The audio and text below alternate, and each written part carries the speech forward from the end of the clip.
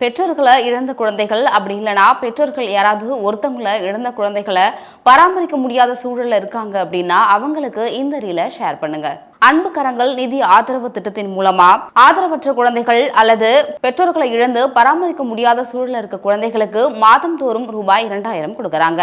இந்த 2000 எது வரைக்கும் ஏறும் அப்படின்னா அந்த குழந்தைகளுக்கு 18 வயது நிறைவடையும் வரையில. அது மட்டும் இல்லாம 18 வயது நிறைவடைந்த பிறகு, அதாவது பள்ளி படிப்பை முடிச்ச பிறகும் உயர்கல்வி மற்றும் திறன் மேம்பாட்டிற்கான பயிற்சியையும் இலவசமா வழங்குறாங்க.